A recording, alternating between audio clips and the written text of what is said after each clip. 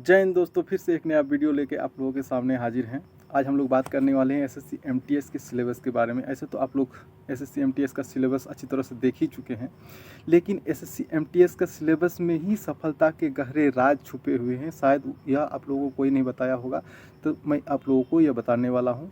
जितना भी नॉलेज मेरे पास है थोड़ा है, लेकिन मैं सच्चा बात बताता हूँ। तो चलिए सिलेबस में कूद पड़ते। हाँ तो दोस्तों, अब हम घुस गए हैं सिलेबस के एकदम भीतर ही।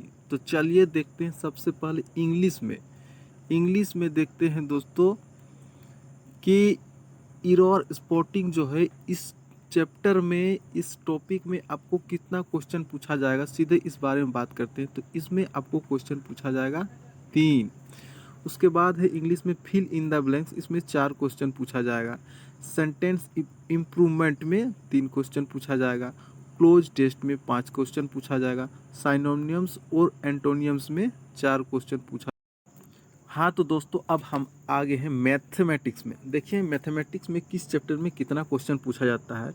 तो देखिए सबसे पहले है कि अलजबरा हमारा पीछे छूट गया। उसमें अलजबरा में सिर्फ एक ही क्वेश्चन पूछा जाएगा। उसके बाद आ गया एवरेज, औसत में 2 क्वेश्चन पूछा जाएगा।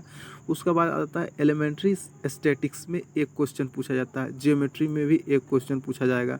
और इंटरेस्ट में 2 क्वेश्चन पूछा जाएगा। इंटरेस्ट में आ गया सिंपल इंटरेस्ट और कंपाउंड इंटरेस्ट। चक्रवृद्धि ब्याज और साधारण ब्याज में 2 क्वेश्चन पूछा जाएगा। मेंसुरेशन में आ गया है 1 क्वेश्चन। नंबर सिस्टम में भी 1 ही क्वेश्चन पूछा जाएगा। परसेंटेज में भी 1 क्वेश्चन। और प्रॉफिट एंड लॉस, लाभ और हानि में 1 से 2 क्वेश्चन पूछा जाएगा दोस्तों, ठीक है। उसके बाद आगे रेशियो एंड प्रोपोर्शन में 2 से 3 क्वेश्चन आपको पूछा जाएगा। सिंप्लीफिकेशन में 3 क्वेश्चन पूछा जाएगा। टाइम एंड वर्क में 2 क्वेश्चन रहेगा। और टेबुलेशन में 1 से 2 क्वेश्चन रहेगा। और बार ग्राफ में 1 से 2 क्वेश्चन रहेगा। तो ये हो गया मैथमेटिक्स के किस चैप्टर में आपको कितना क्वेश्चन पूछा जाएगा, उसके बारे में हम लोग देख लिए अच्छे तरह से। उसके बाद देखते हैं कि जनरल नॉलेज के बारे में, कि जनरल नॉलेज के किस चैप्टर में कितना क्वेश्चन पूछा जाएगा। तो सबसे पहले बात करते हैं फिजिक्स में 2 क्वेश्चन आपका रहेगा, ठीक है। उसके बाद आगे केमिस्ट्री में भी 2 क्वेश्चन रहेगा। उसके बाद आ गया बायोलॉजी में 3 से 5 क्वेश्चन रहेगा दोस्तों। उसके बाद आ गया इन्वायरमेंट में 1 क्वेश्चन रहेगा।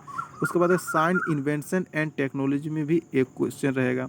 उसके बाद आगे करंट अफेयर्स, सबसे इम्पोर्टेंट चीज़ हो गया करंट अफेयर्स में 7 से 8 क्वेश्चन रहेंगे। अगर आपको बाजी मारना है तो जनरल नॉलेज और करंट अफेयर्स को खास ध्यान देना होगा दोस्तों। करंट अफेयर्स में 7 से 8 क्वेश्चन है। उसके बाद आगे हिस्ट्री में 2 से 3 क्वेश्चन है, देखते हैं।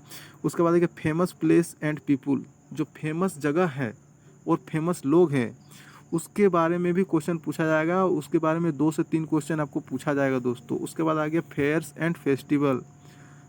उसके बाद आ गया मेला और त्योहारों के बारे में भी आपको पूछा जाएगा। आर्ट एंड कल्चर के बारे में 1 क्वेश्चन पूछा जाएगा। पॉलिटी में 2 क्वेश्चन रहेगा।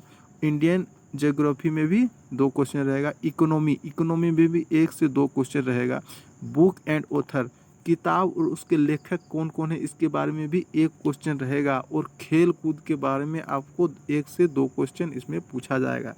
तो ये आप देख चुके हैं पूरा सिलेबस में किस चैप्टर में कितना क्वेश्चन पूछा जाता है, उसके बारे में हम लोग देख चुके हैं। क्योंकि दोस्तों यह एग्ज़ाम जो होता है हर साल होता है और इसमें एक अंदाज़ा हो जाता है कि भाई किस चैप्टर में कितना क्वेश्चन पूछा जाता है। तो ये रहा पूरा सिलेबस के भीतर घुस के हम लोग देख चुके हैं कि किस चैप्टर में कितना कितना क्वेश्चन पूछा जाता है, ठीक है दोस्तों।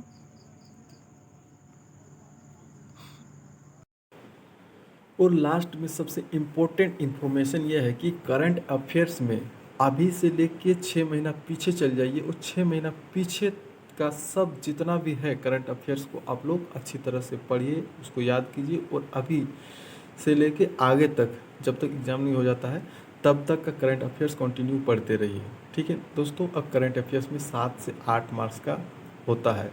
उसके बाद दूसरा पॉइंट ये है कि हर साल एग्ज़ाम होता है और हर साल के लगभग 1 से 3 साल पीछे जाइए, उसमें से देखिए आप लोगों को question paper, old question paper, previous question paper देखिए, उसमें से आप लोग को टाइप समझने में आसानी होगी। टाइप की किस टाइप का क्वेश्चन आता है किस चैप्टर में, ये अगर टाइप समझ गए तो आप लोग 100% श्योर है कि आप लोग अच्छी तरह से मेहनत करके एग्ज़ाम को क्वालिफाई कर सकते हैं, आपको कोई रोक नहीं सकता है। जय हिंद।